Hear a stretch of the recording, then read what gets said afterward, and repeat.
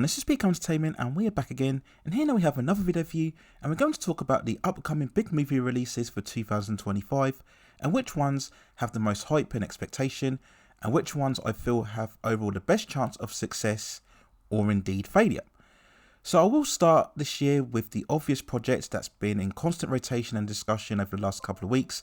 It is of course James Gunn's Superman project, set for release on July the 17th, 2025. This will be the first live action entry of his proposed Chapter 1 of his DC Cinematic Universe, titled Gods and Monsters, and the recent first trailer dropped to supposed record views across social media, and you can check out my extended thoughts on that trailer on the channel and leave a link within the description.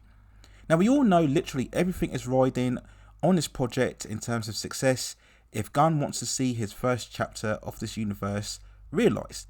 It's a big deal always, first off because it's a Superman movie, and for me still Superman is the greatest superhero character who really has been poorly mishandled cinematically by DC and Warner Brothers. But despite my reservations about this overall trailer and this project, I still want Superman to succeed, as there is so much potential if the character is done right. Now for any of that potential to be realised, this movie has to be a box office smash hit most definitely. But most importantly, it has to be a Superman that mainstream audiences are convinced and can believe in as a character. And yes, I will go even further to say that there has to be some sort of cultural impact. This film cannot simply be average, mid, or by the numbers. No, it has to be right up there amongst the highest grossing movies of the year. And whilst we're still a long way off from its release, at this stage I feel any box office gross of around $700 million worldwide is the absolute minimum requirement. Anything above $800 million I would consider a win, but ultimately I feel that this may just come up short, but we will wait and see what happens, especially when the second trailer drops, which hopefully shows a much more confident and imposing Superman than what was displayed in the first trailer. Now going into 2025, we do of course have to mention Marvel, and overall they have 3 projects coming up this year.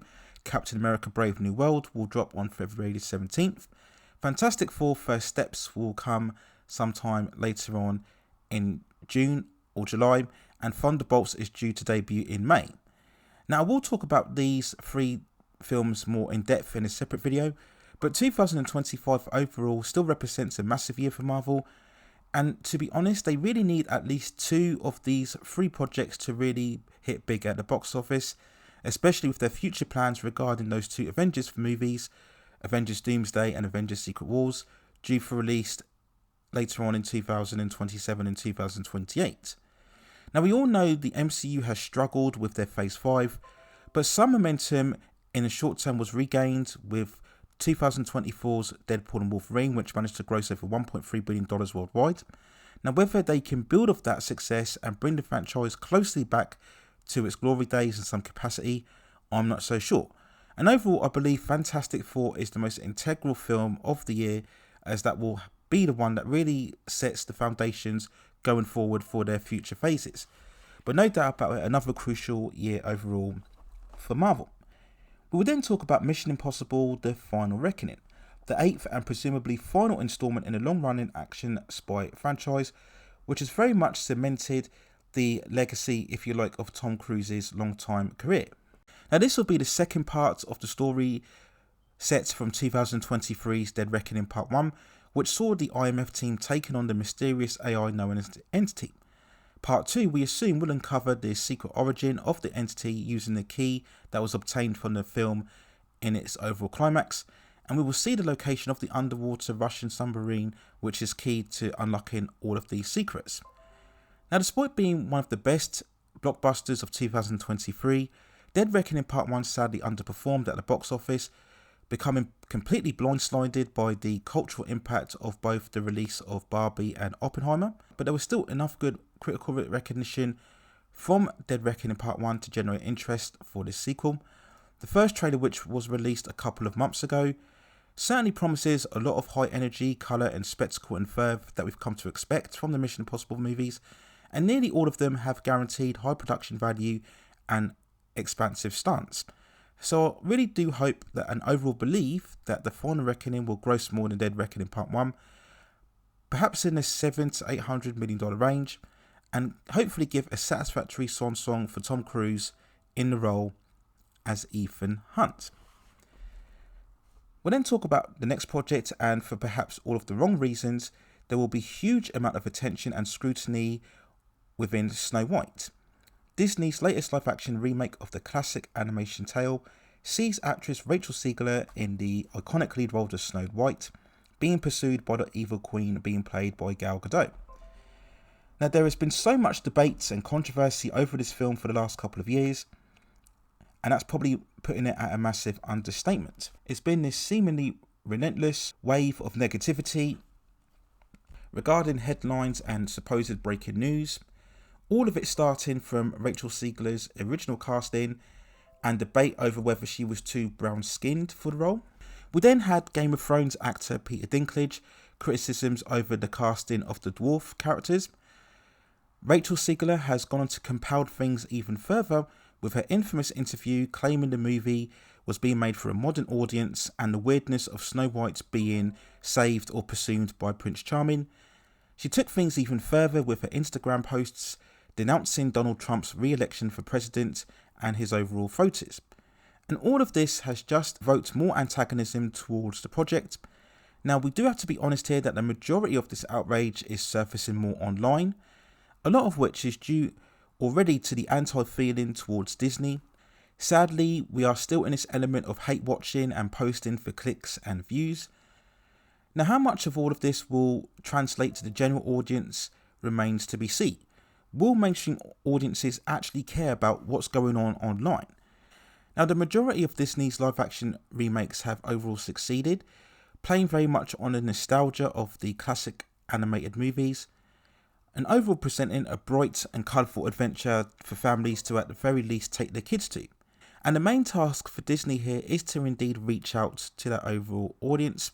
If they can somehow clamp down on Zegler's media statements and just hope that general audiences won't care about online controversies and overall take their families to see the film, that might just be enough to generate a big box office success. Now, the overall recognition of the Snow White IP could be enough for at least a $500 million take at the box office, but we do never know. It could be higher or lower depending on the second trailer that's released. But I'm sure whatever the results, there'll be hundreds of posts and live streams and videos online covering it, which could help or hurt the movie's chances. We will then quickly talk of two of the certain box office successes for this year. Firstly, with Jurassic World Rebirth. This will be the fourth installment of the Jurassic World franchise, which will follow on 5 years after the previous installment, Jurassic World Dominion, which will introduce a whole new group of casts of scientists, once again coming across the various dinosaurs all over the world. Now, the three previous Jurassic World entries have all managed to gross at least $1 billion worldwide, so it's no surprise that they keep getting made. And the film this time has a highly established cast, including the likes of Scarlett Johansson and Mahershala Ali. And whilst I haven't been really a big fan of this franchise regarding the Jurassic World, I do actually believe they've got progressively worse in terms of quality, but still no doubt this will be amongst the biggest hits of the entire year. As will be the same case for James Cameron's Avatar: Fire and Ash, his third installment of his massive science fiction behemoth saga, continuing the adventures of the native alien tribe known as the Na'vi on the planet Pandora. Now, as we've known, the previous two entries are amongst the top three highest grossing films of all time, grossing well over $2 billion worldwide each. And no doubt again that this installment is going to dominate the December box office and again be amongst the highest grossing film, if not possibly the top grossing film of the entire year. But we do have to be honest here, a lot of the success of the Avatar films is because they really feel much more like cinematic theme parks rather than an immersive cinematic epic story or saga in the vein of, let's say, Star Wars or Lord of the Rings. Despite the huge commercial success, the movies haven't really hit that cultural zeitgeist that you would expect films that are making $2 billion to make. But despite all of this, the film will again sell itself on its revolutionary 3D CGI special effects, which at the very least will prove to be very spectacular to see on the big screen, and that's really the mainstream appeal of these films. So overall, I do believe that Avatar: Fire and Ash will probably go on to be the most successful film of 2025, but again, we will wait and see when it overall arrives. So there's my other thoughts and feelings on what I believe will be the biggest movies, or certainly the most movies that will generate the most discussion throughout the entire year. Let me know what you think in the comments below. And if you have any other movies, television series, or any other issues within the pop entertainment and culture scene that you'd like to see me cover within the channel, then also let me know within the comments, and I will see if I can provide further commentary for you on that subject matter within the future. Please also hit like the subscription and notification buttons so I can provide you with more high quality content like this in the future. But that's it for now. Take care of yourselves, and I will see you very, very soon.